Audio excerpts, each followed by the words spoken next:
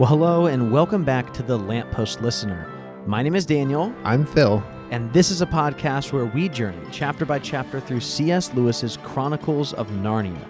This is chapter 15 of The Last Battle, Further Up and Further In. The penultimate chapter of the entire series.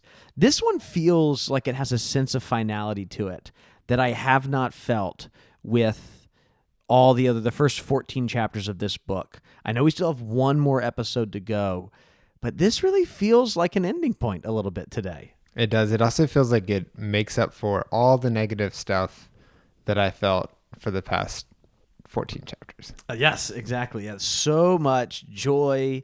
I would say happiness, but joy is the right word because happiness feels like it falls a little bit short here. But you know what? Actually, Phil, I wanted to do a few things. We have a couple of announcements that I did not want to have at the beginning of our final episode. We'll probably put them at the end of that episode just with the credits, but there were a few things we wanted listeners to know about before we jumped into this, and I thought, let's not do that for the last chapter. Let's kind of go in with a more somber. That's not going to happen, but it's nice to pretend that we might do that. Right.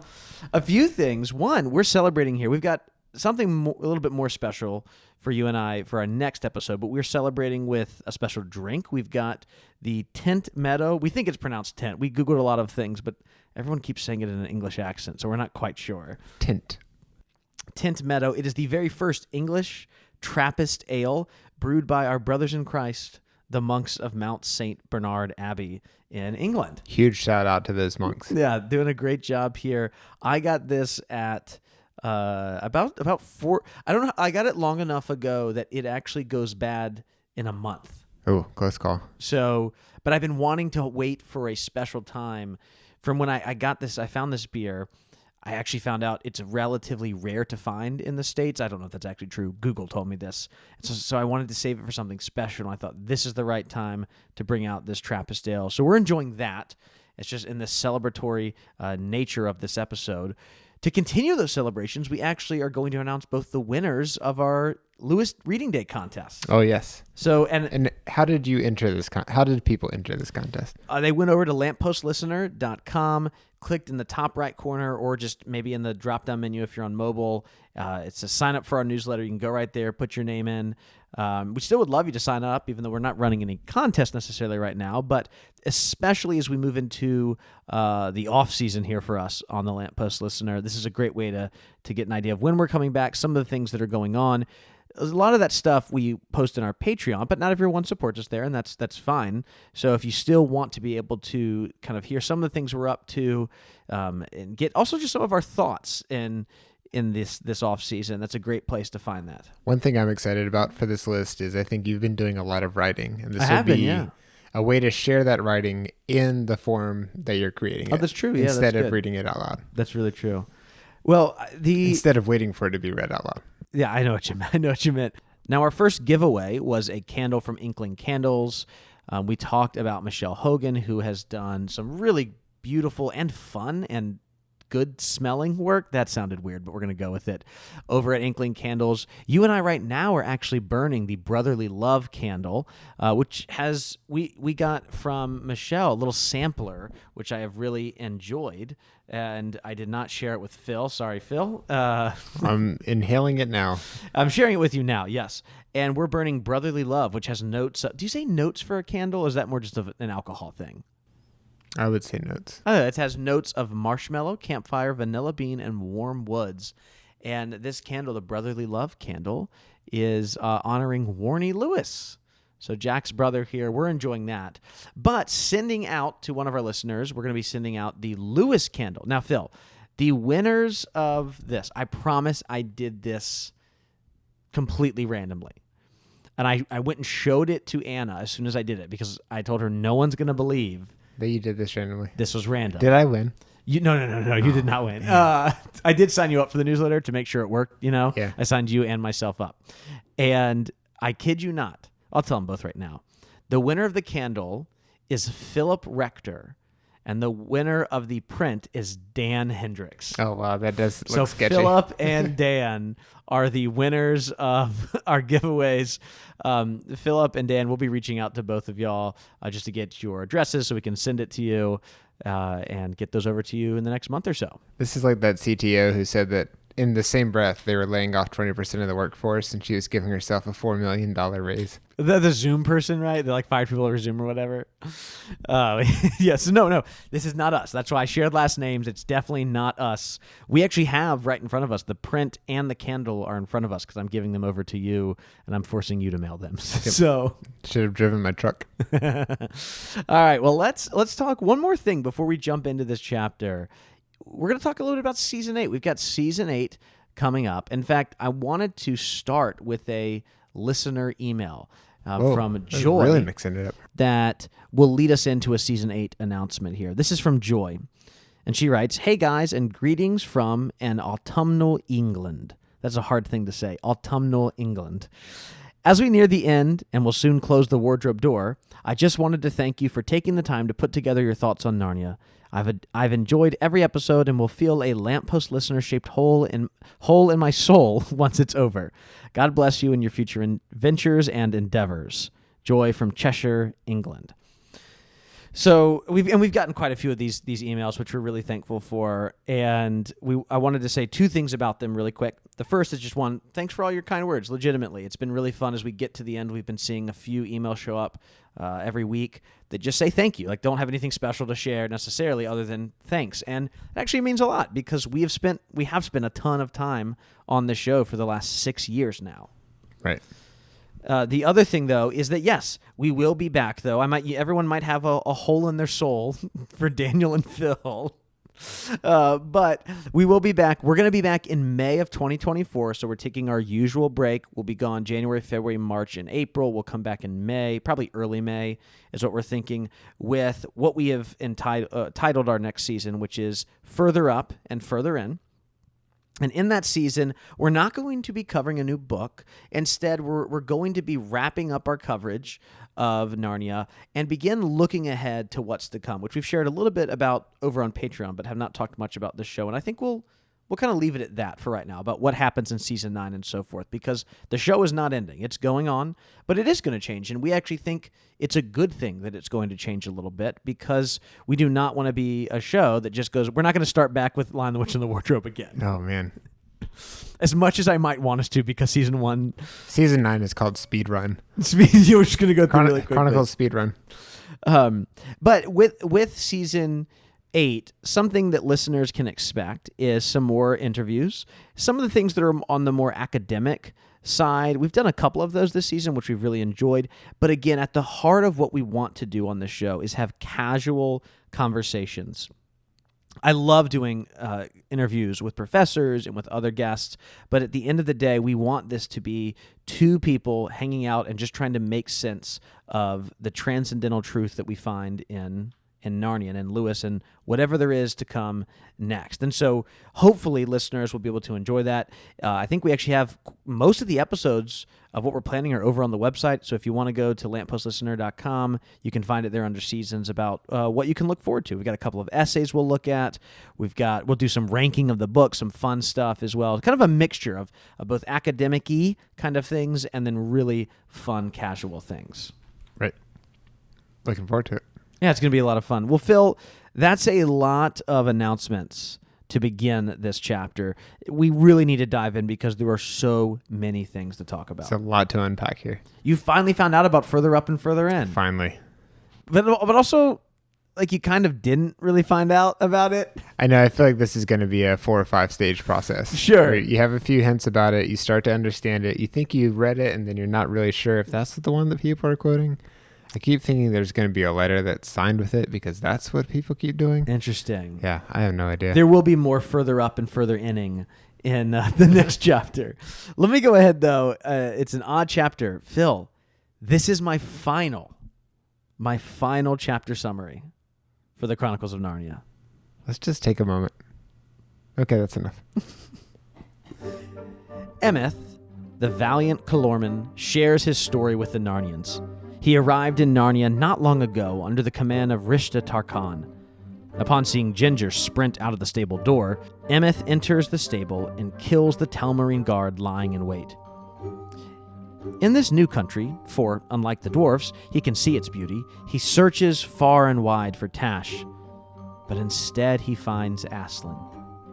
The lion tells him that all of his good deeds have actually been done in Aslan's name. Puzzle now appears, and, with the help of Farsight, the Narnians realize they are in a Narnia that is more Narnian than the first Narnia. Diggory laments that the children have not been properly instructed in their Platonic theory, and the company begins running westward, further up and further in. Nice. That was a very good final summary. Tell us some of your thoughts. I mean, this is something we have kind of almost turned into a cliche on the show, talking about your lack of, or your ignorance, actually, towards further up and further in. I legitimately, before we dive into some discussion of this, would love to just hear what you're feeling as you read this. The whole chapter, or just the further up and further in? Your choice. I don't really care. It's the end here. Man, I was mesmerized by this chapter. I usually read everything twice, and this time I read it, and then I listened to it, and then I read it again to make sure that I was prepared to talk about it. I think that this is such a beautiful version of what I hope heaven is like. Okay. In terms of, there are moments of beauty in this world, and I just can't help but think those are previews of what we're going to get to experience. Okay. And this felt like, once again, this, what's great is this is so fresh to me. Things like the silver chair have always stuck in my brain because I read that and saw it as a child, the BBC version specifically.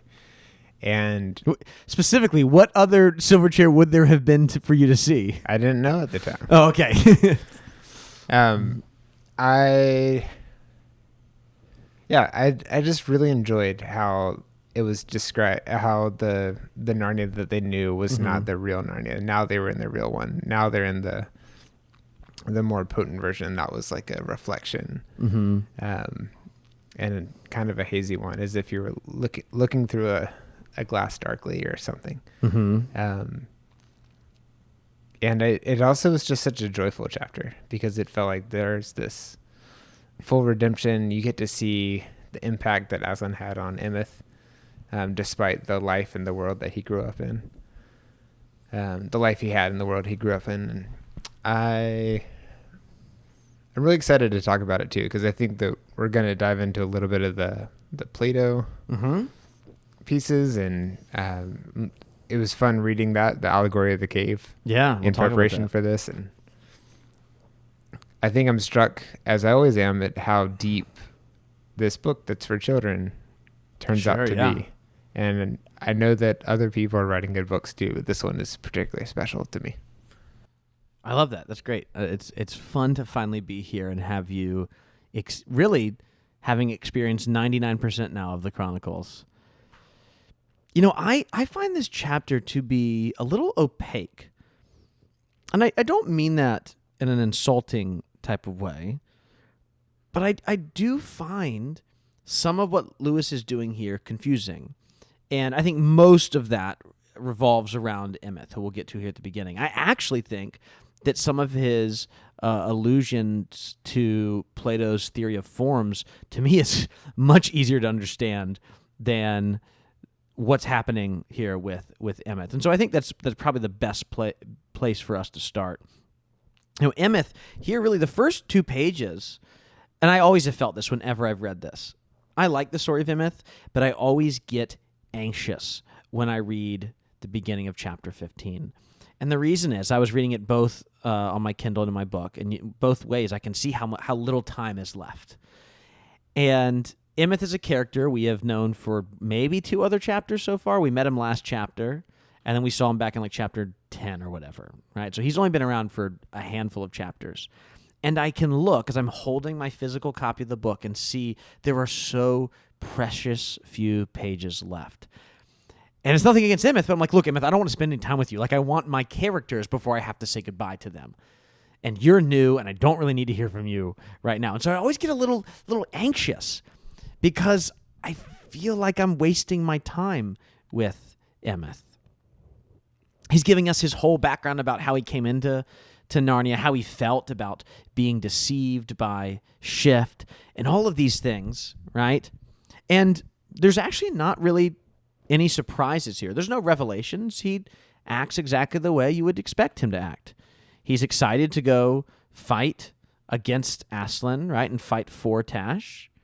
He's disappointed when his leaders tell him that Tash and Aslan are the same, and he's zealous in a way. So he's eager to speak up and enter the stable when it's time to kind of have his faith tested. All these things we already knew about him. And so I just find myself, and again, it's not really a critique as much as just sharing how I usually feel. He then gets through the stable door, and unlike the dwarfs that we saw back in chapter 13, he does not see a black abyss. Instead, he actually appears to see all of the beauty that our Narnians see.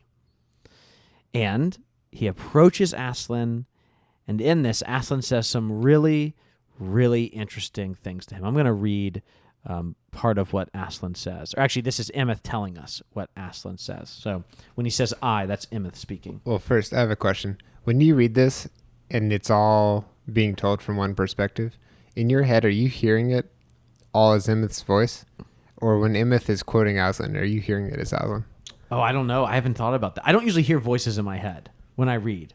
Really? No, I don't. Yeah, I know it's funny because I do some of the voices when we read it here. It's but actually, I just... this is probably why you read more quickly than other people. Oh, you think so? I know. It's always Daniel's voice. There's a leftover effect of how we learn to read, and it's that we hear it in our head. And you can go much more quickly if you don't do that. Your brain can still process it if you read faster than you can hear it in your head, but you don't retain it the same because we actually, by going through the process of quote hearing it, we retain it much better. Oh, absolutely. That's how we're built.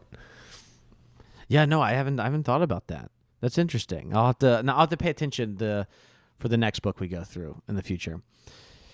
Here, though, is what Emeth says. For I and he are of such... Oh, sorry, this is Aslan speaking. Sorry, I said that all wrong. Aslan is speaking here to Emeth, but it's actually Emeth speaking, if you know what I mean. He answered, child, all the service thou hast done to Tash, I account as service done to me. And then Aslan continues, for I and he are of such different kinds that no service which is vile can be done to me, and none which is not vile can be done to him.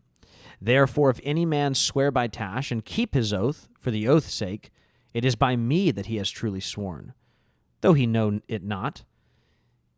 And it is I who reward him. And if any man do a cruelty in my name, then, though he says the name Aslan, it is Tash whom he serves, and by Tash his deed is accepted. And then Emeth continues with this really interesting line. Just one sentence here.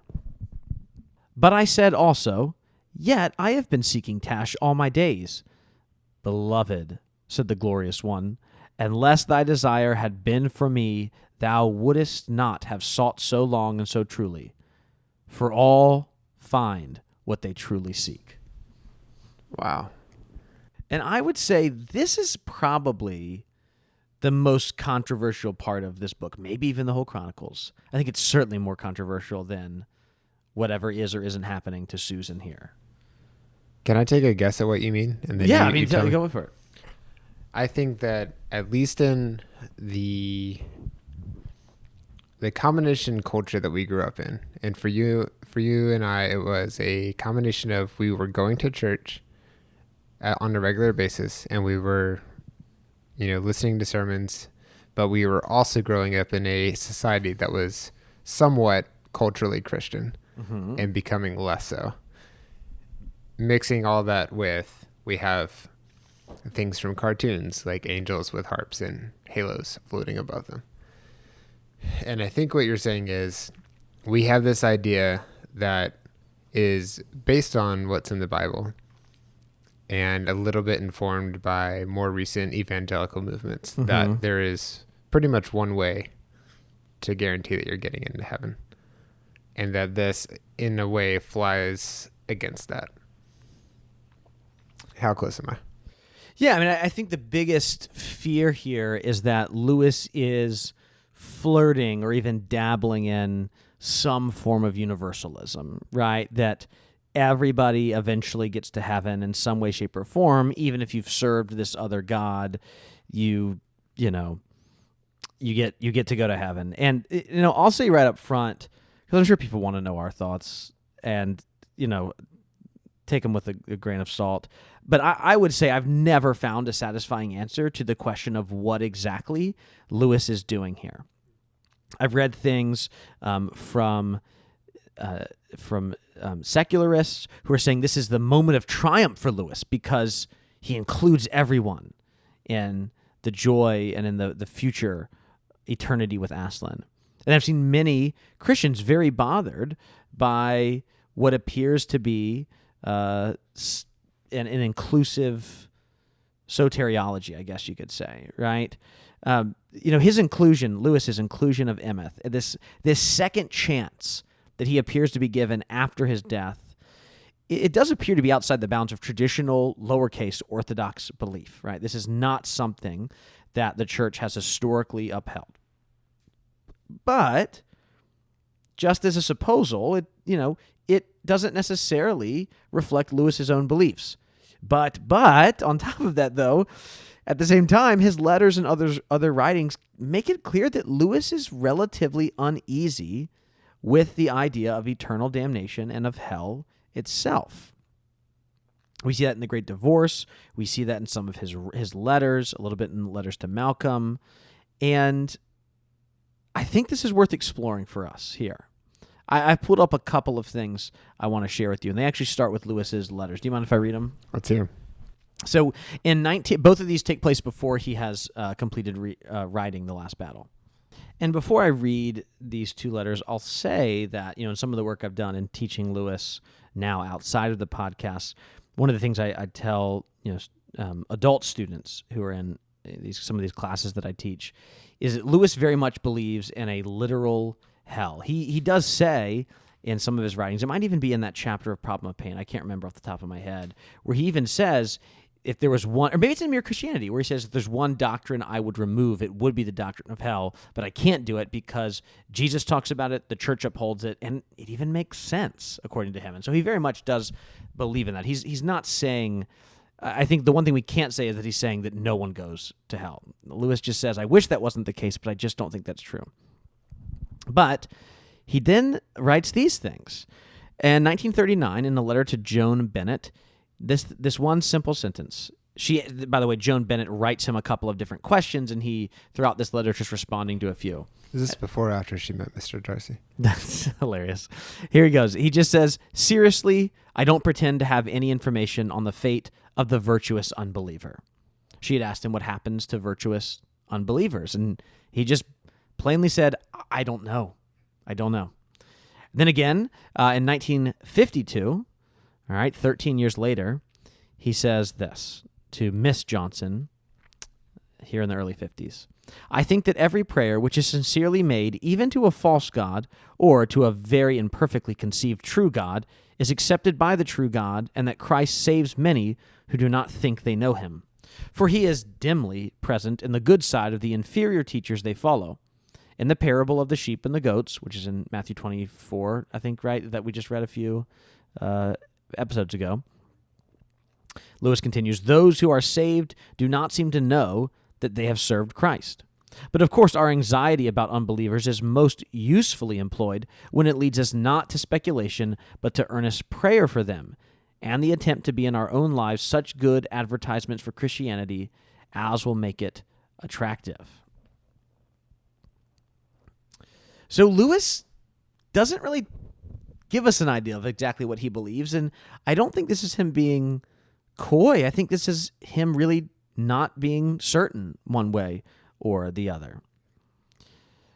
I think an interesting thing too here is to ask the question of how much of an influence does MacDonald have here? You and I are both a little familiar with George MacDonald just by doing this podcast. And did you know about him being kicked out of his church in the 19th century? So I don't know the whole story of this, and maybe we'll find out more in the future. But MacDonald, he believed in some form, and again, I'm not going to try to do this because I don't have the information in front of me, some form of universalism. I don't know if it was kind of a Christian universalism where he believes that everyone will be saved, but they're only saved through the body and blood of Jesus, which is still a form of universalism, but it's through Jesus is who saves everyone, or kind of a very just blanket universalism of everybody goes to heaven, doesn't matter what God you follow, all paths lead to truth or whatever, which is outside of Orthodox Christianity. But as I was looking at, MacDonald himself, this is a place where he really kind of pushed the bounds of what is and is not considered traditional Orthodox belief for the Christian faith. And, we know Lewis loved MacDonald, right? Especially, think about the fact that MacDonald is his guide in The Great Divorce, a story about death, right, and the afterlife.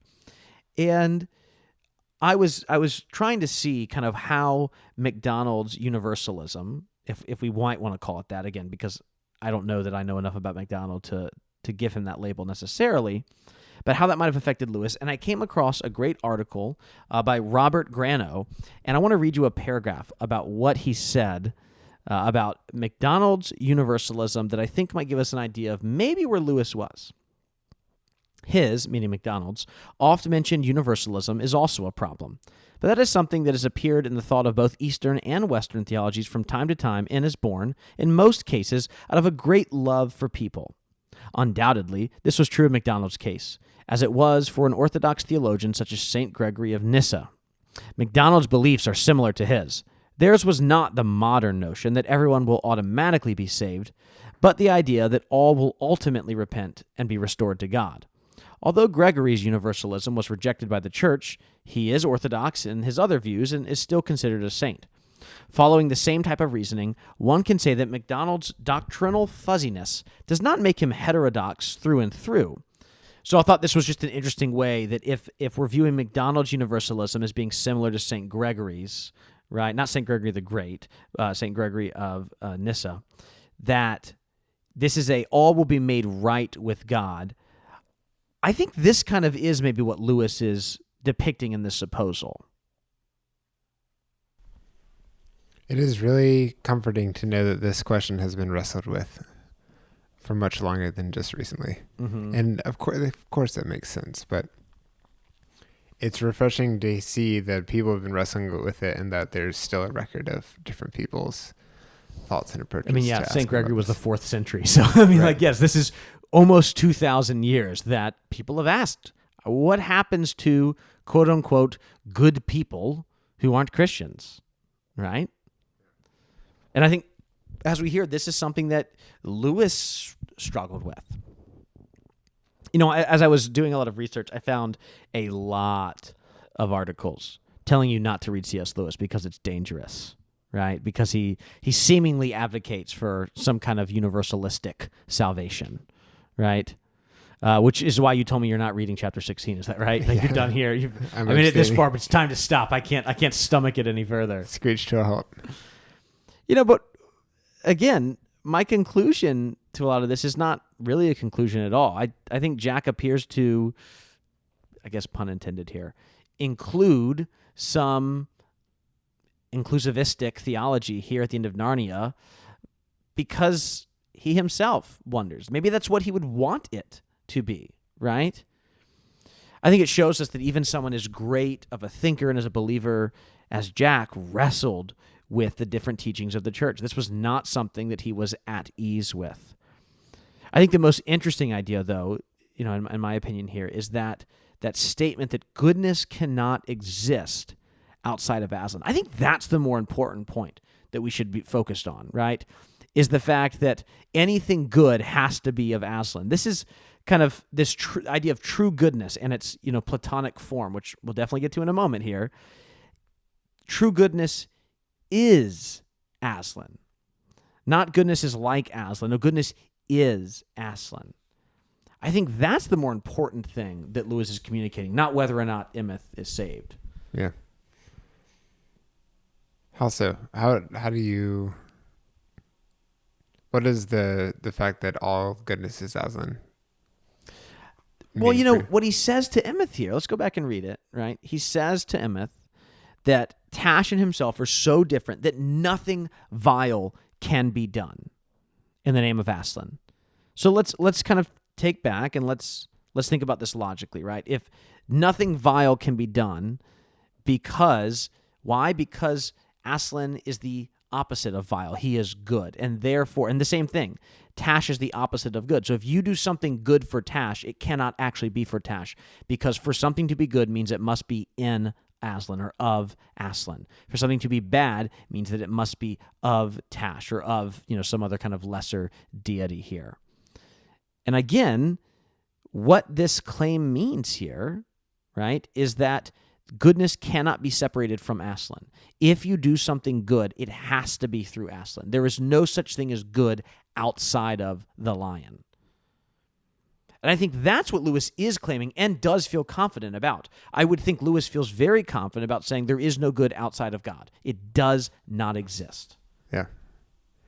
And then the second piece of that, the things that are not good being done in Aslan's name are not actually being done in Aslan's name. Yeah, they can't be. That one makes more sense to me. Okay.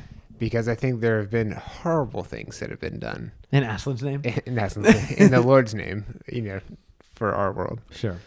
And that never has made any sense. That's not how that, not how that works.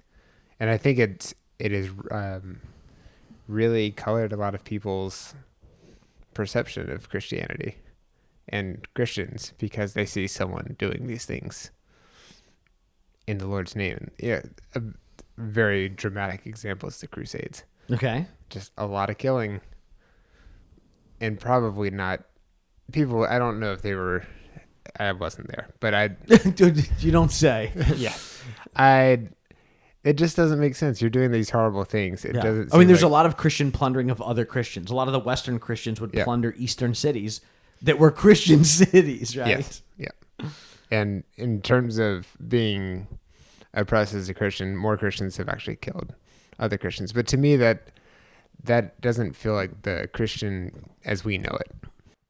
Any other thoughts here on the inclusion of Emeth here?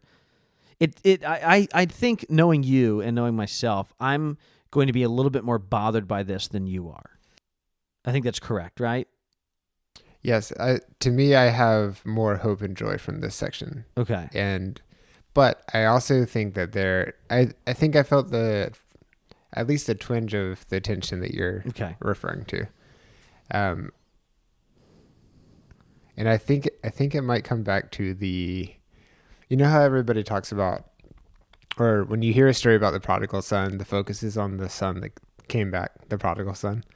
I always felt like the brother who had stayed and was upset that the prodigal son was getting all this treatment, even though he didn't do the stuff. And the thing is, if I'm really honest, of course I haven't done even anywhere close to everything, right? But I do feel like, I know about God, and I know that Jesus came, and I want to have the benefit and be rewarded for that. And I want the rules to exist, and that I want the rules to be the ones that I want the rules to be the way I understood them the first time I heard him. Then there's no changing that. But I have such a longing for people that they don't seem to have any desire to know the Lord. I still want them to know the Lord. And I've lost friends who most likely did not know the Lord before they died.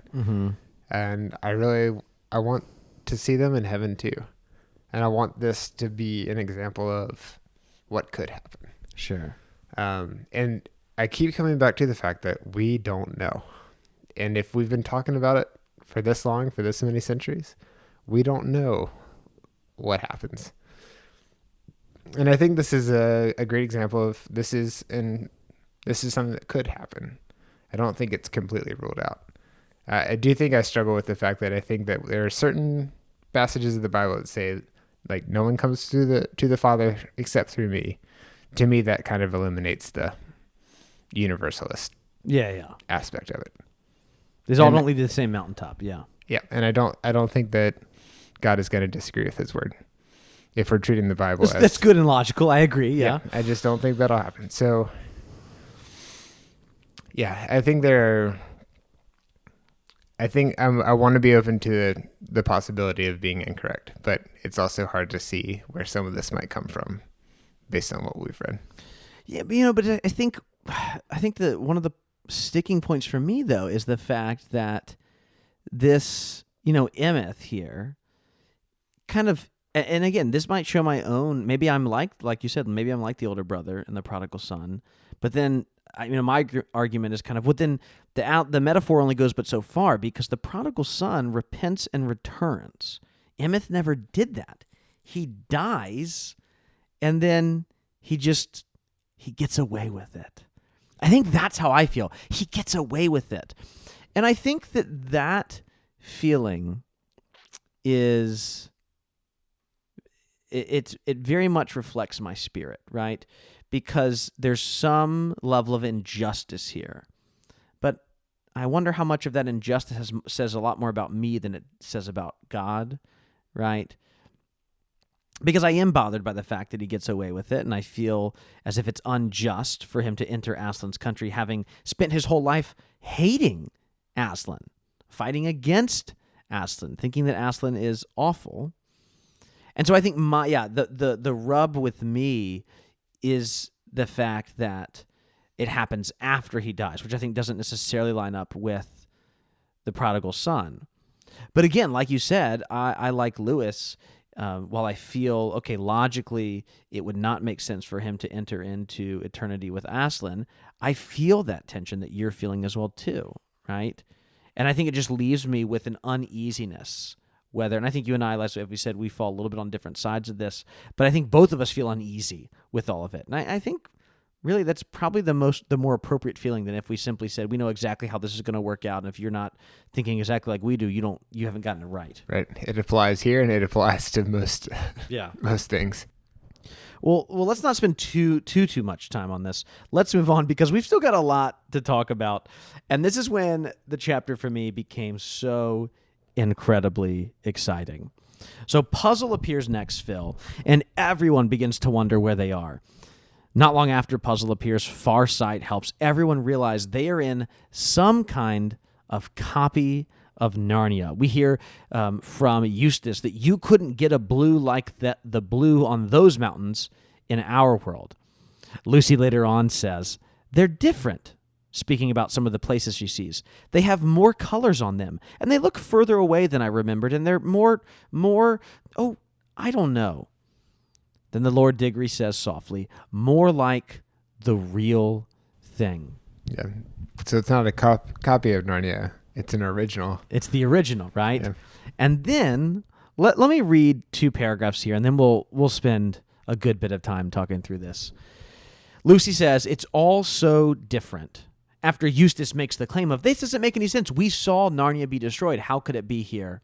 And then we get this wonderful paragraph from the Lord Diggory. He says, the eagle is right. Listen, Peter. When Aslan said you could never go back to Narnia, he meant the Narnia you were thinking of. But that was not the real Narnia. That had a beginning and an end.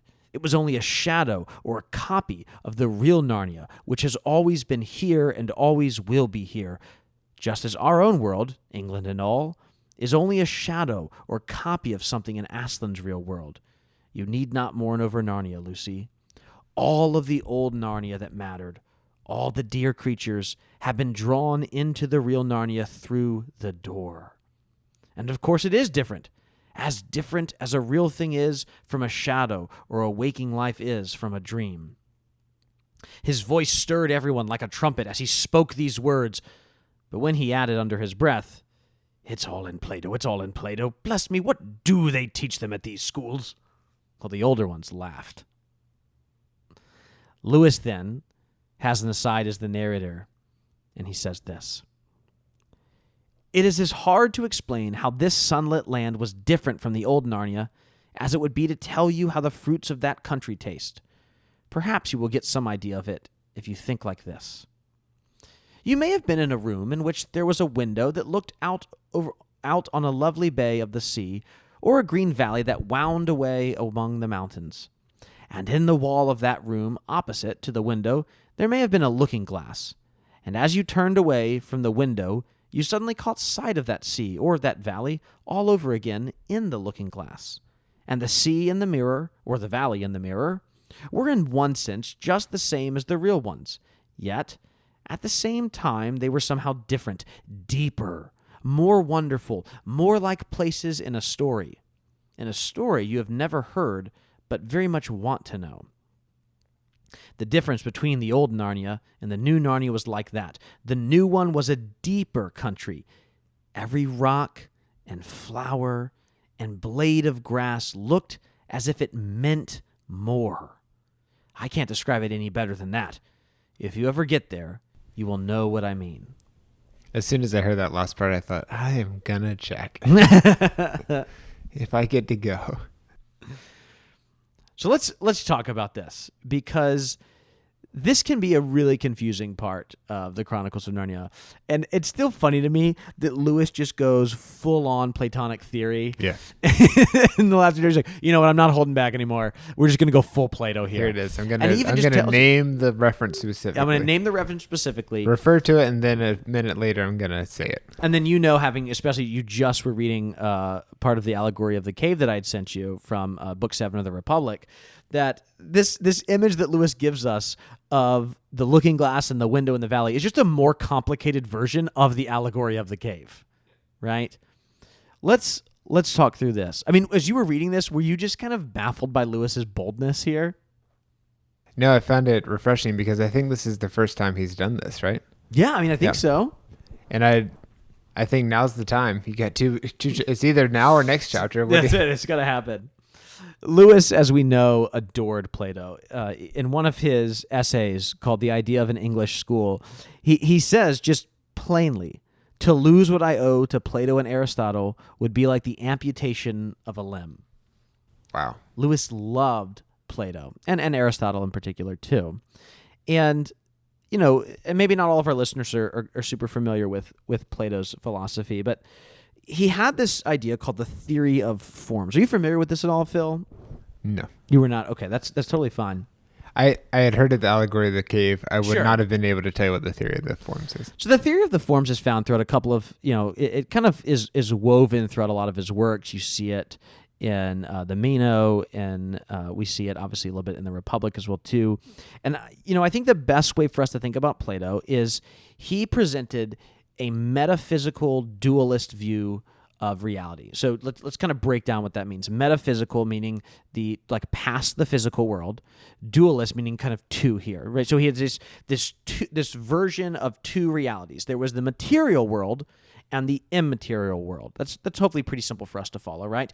The material world was made up of appearances, and then the immaterial world was made up of forms. That's what he called them. And these forms were transcendent, lasting ideals. Now, when I've explained this before, and I've taught a little bit on Plato before, I've done this through the idea of a triangle, a chair, and then beauty to help us understand what Plato argues. So let's think about a triangle. And this is actually the example that Plato uses in some of his works. If I were to go to the whiteboard in my classroom and I draw a triangle on the board, it will not be a perfect triangle. Of course it won't be, right?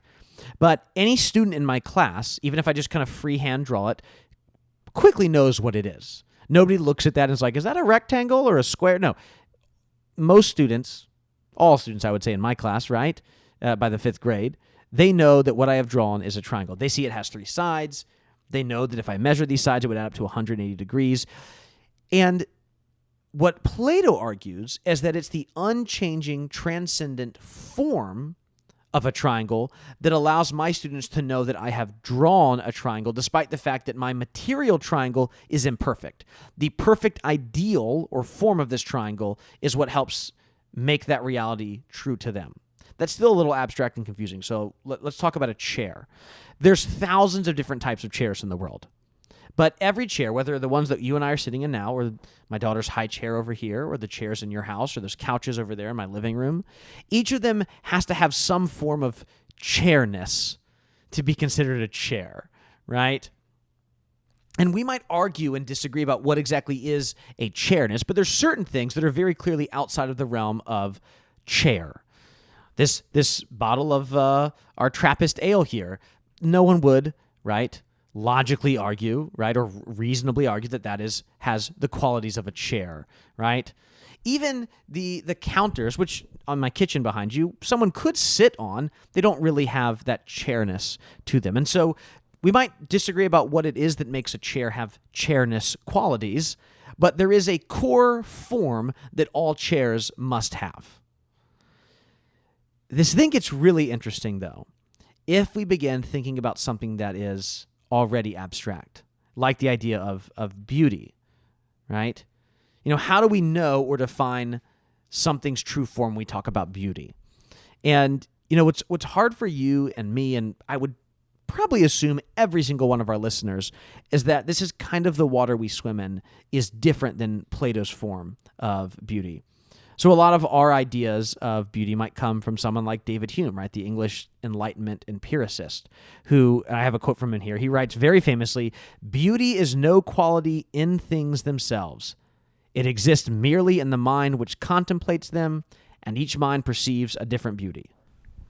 The beholder. Yes, beauty is in the eye of the beholder. That's exactly what he's saying. And then many philosophers that come after him agree as well. Those are the small ones? Yeah, many philosophers. So this post-Enlightenment, what Lewis would call modern philosophy, you know, it all stems from Descartes, right? This is where we find ourselves today. The norm, it would be to believe that beauty is a subjective thing and that saying something is beautiful and should be beautiful to everyone else. And if you don't find something beautiful, you are actually objectively wrong. That sounds pretty laughable, right? This movie is beautifully made, and if you disagree, there's actually something wrong with you. This piece of music is beautiful. This person is beautiful, and if you don't agree, you have a deficiency, right? We just don't. That does kind of match what a lot of people. How so? Tell me more. I think a lot of people, when they are trying to express their opinion, that is how they feel. They truly do not understand how you can find this beautiful and this over here not beautiful. And I agree with you because I think Plato's much more right than the Enlightenment philosophers are. And that's not just because I like classical education, all these things. I really do think that, and not just because Lewis agrees too, but, you know, it's really only in the beginning in the 17th century that we actually see subjective beauty become normalized. And I do agree that when most of us are actually arguing, we do appeal to some kind of objective truth. But if you were to ask someone if beauty is objective, most people would say no, until it's something they care about, right? Because then we start to actually think, I believe, in a more truthful way. So back to, though, how we actually define beauty real quick. So Plato argues that beauty exists in a transcendent form, that there is something can only be beautiful inasmuch as it reflects and participates in the form of beauty. So if something is beautiful, right, if you call your wife beautiful, right, your children beautiful, or a work of art beautiful, it is beautiful in as far as it participates in the transcendent form of beauty.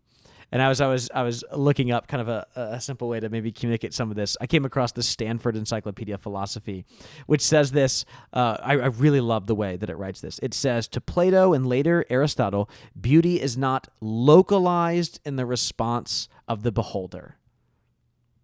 Beauty is not localized. It is not something that is intrinsic and within you. Beauty exists outside of us, right? This is, by the way, why Lewis feels so confident in his critique of the Green Book. Remember this at the beginning of The Abolition of Man? Why he feels just so confident to say that they're just wrong, these authors of this Green Book, talking about the sublime and subjective beauty. So to kind of bring this back, because we're really getting off on a long tangent here, all of this fits into what Diggory is saying, because according to Plato, every single thing in our world is a poor, deficient facsimile of the real form. And one of the best ways Plato describes this is the allegory of the cave. And just, I know we've talked about it before. Can you lead us through, remind listeners, what is the allegory of the cave that Plato uses to help us understand this idea? Sure. We have people who have never lived outside of this cave, and they have been chained and looking in one direction this entire time. The way they're locked up, they can't see behind them. They can't turn their head to the side. And they're looking at a wall, and then behind them is a source of light, and it is casting shadows on the wall. And real things are happening behind them, but all they can see is the shadow that is cast by those real things. And because they're in a cave, the way the sound bounces around, they can't tell that the sound's coming from behind them. Sure. They just know that they see this stuff moving, and then they're hearing the sounds. And so they are in a way experiencing reality, but it is not the full version of that reality. And then one of them is set free and experiences the real world. Yeah. And understands that, no, this, and it takes some time to adjust, but understands that, no, this is the real world. And then later goes back and tries to communicate what he experienced to the other prisoners. And it doesn't go very well because they don't understand what he's saying, and they don't understand how what they're seeing isn't real. And there's no way to explain it without them actually seeing it. Yeah, it becomes almost impossible to communicate, right? We think about it, if they're seeing, these prisoners are seeing fire, what they think fire is the shadow of the fire behind them. And so when they actually see fire, they might not even recognize what it is. It might have some of the same qualities of it, but it would. When they see fire, it would feel more real than the fire they thought they knew. And this is what Lewis is getting at here at the end of Narnia. This Narnia is more real because it is more real, right? This is the true form that exists of Narnia. What came before, right, was this deficient, if we want to call it reality, because it was a reality of some kind, but it only kind of had whispers of the real truth. And now that we are here, we're seeing what actual Narnia really is, what the transcendent, perfected ideal of Narnia is. Right. And then to further explain the metaphor a little bit more, regular people who aren't philosophers are the people who are still chained up, and then philosophers are the people who are aware that there's something beyond this. Yeah. And after great thought and deliberation and work, I think try to experience stuff outside of the current physical world that we live in. And one thing that's different about when you think about these kind of the regular people that Plato's writing about in the cave that are still trained up is Lewis injects this idea of Sehnsucht into his version of this allegory. Because right after he tells us that, everything meant more, right? He has Jewel the unicorn say, "I have come home at last. This is my real country. I belong here. This is the land I have been looking for all my life, though I never knew it till now." You hear the Sehnsucht in that, this painful longing, even if you know not what for, right? And so I wonder if Lewis, if he were to tell us, and he kind of is telling us here, that what he would add on to the allegory of the cave is that whereas Plato has really his prisoners be mostly content with what they see on the wall. He's like, they're just okay with it. In fact, as you mentioned in your retelling, the philosopher who escapes has a hard time convincing them when he returns. It comes across as crazy. Yeah, exactly. Yeah. He seems insane, right? Which Plato is injecting a little bit of kind of his own, see, I'm not crazy. I see it all, right? And in many ways, he really did. But what Lewis is doing is he's saying those people there in the cave, they have a longing. Something just feels like it can't quite be right. And so they might respond differently, right, to this philosopher who returns if we were to kind of mix these two metaphors together. I love the fact that he includes the painful joy of knowing there's got to be something more, but not necessarily knowing what it is, and then finally finding it in the full real Narnia. This also reminds me of two films. I'm sure you've seen The Matrix. Have you seen The Truman Show? Of course, in the Truman Show. Yeah. Just both of them where this whole time a character thinks that this is the real world and then gets to experience the real world. Yeah. And it's different and better. Yeah. And just, we haven't spoken enough about it. I mean, we have in other chapters, but here, I love so much of the way that Lewis chooses to communicate all this. Even just the phrase like, it meant more. I mean, I just tried to sit here over the course of, 10 minutes and tried to kind of give a really brief and quick flyby of the theory of forms, and did it probably stumbling over every little metaphor here and making it just as confusing to any of our listeners who aren't familiar with Plato. And yet... You know what my hope is, though? I think you and I both struggle to talk about this stuff. Sure, but I'm hoping that it is at least fresh and honest, because that what we're talking about is honestly how I feel. Oh, okay. We're still trying to figure it out. Oh, sure. We've read. We do not pretend studied. To be enlightened at all. Right, but we are trying to figure it out. Sure. And I'm just hoping that it's honest. And as I say all that and kind of joke a little bit about us trying to get through and explain some of these difficult and complex ideas, Lewis just says it so easily with that one sentence. The new one was a deeper country. Every rock and flower and blade of grass looked as if it meant more.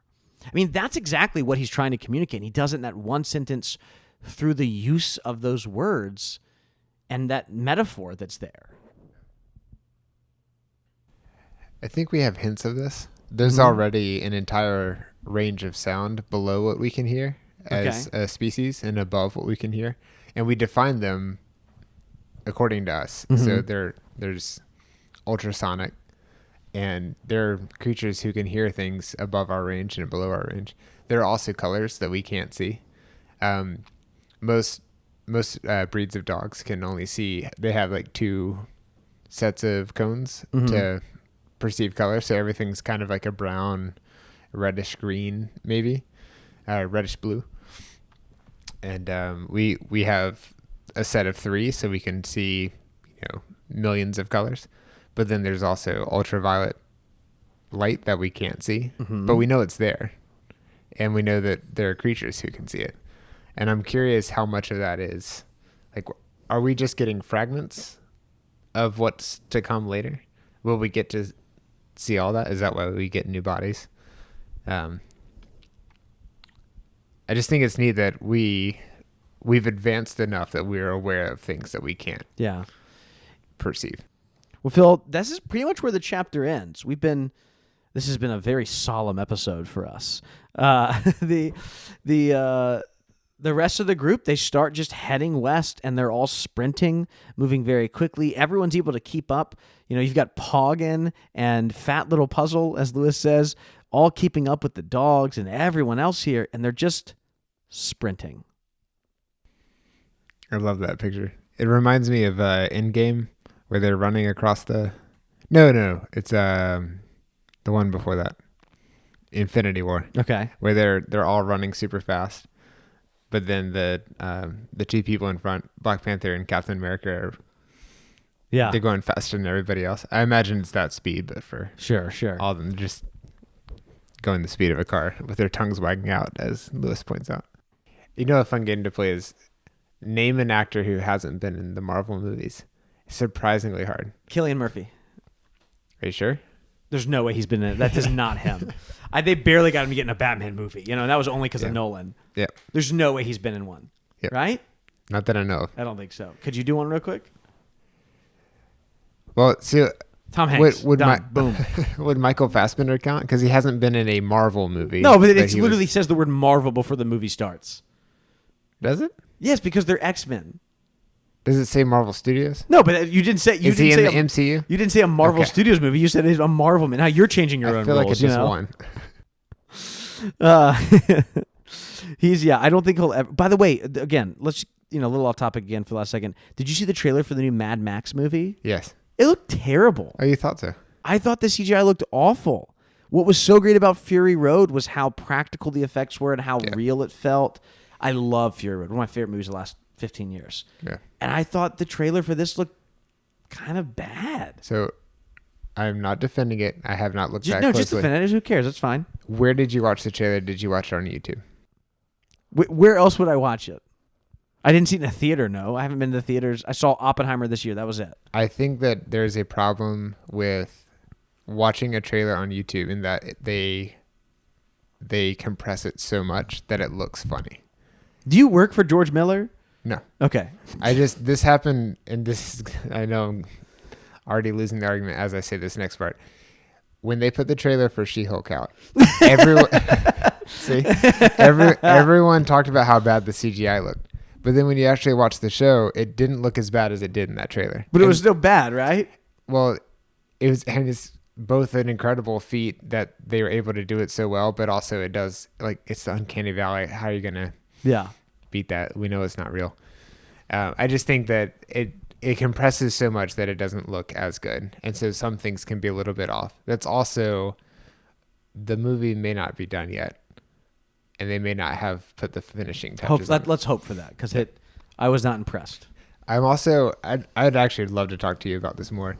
I think the whole, we didn't use CGI thing, it's not true. Oh, of course it's not true. Yeah. And I think we're losing trust, and we're about to lose trust in it, because it's just, people keep saying it. Top Gun Maverick, it's all, no CGI. They're using CGI in every scene. It's still very practically done in a lot of ways. And they really did put people in jets. There's so many cool things, but to say that we're doing it completely practical or with no CGI is lying. It's just not true. Yeah. All right, Phil, I think it's about time for us to wrap up this episode. Any final thoughts before we move on to the last chapter? I am looking forward to, I get to go home and read the last. You get to go home and do chapter, it now. and then I will have read the entire Chronicles of Narnia. Sure. And I'm really excited about that. So next chapter is chapter 16, Farewell to Shadowlands. And in that chapter, the Chronicles of Narnia concludes. Well, we did our listener feedback at the very beginning of the episode. So, Phil, I think it's time for us to wrap up and read the end credits for the second to last time here. This episode is made possible by our patrons over at patreon.com. If you'd like to support the show, you too can listen to a bonus episode that we produce each month along with other rewards. Special thanks goes to John Marr, Emily Wakefield, Ryan Smith, Ashlyn Washburn, and Andrew Trophy for supporting us at our top tiers. Listener feedback can be sent to thenarniapodcast@gmail.com. Voicemails can be left at 406-646-6733. Previous episodes, links, and book information can be found at lamppostlistener.com. Thanks for coming along on this journey, and we will be back next time for the final chapter in the Chronicles of Narnia.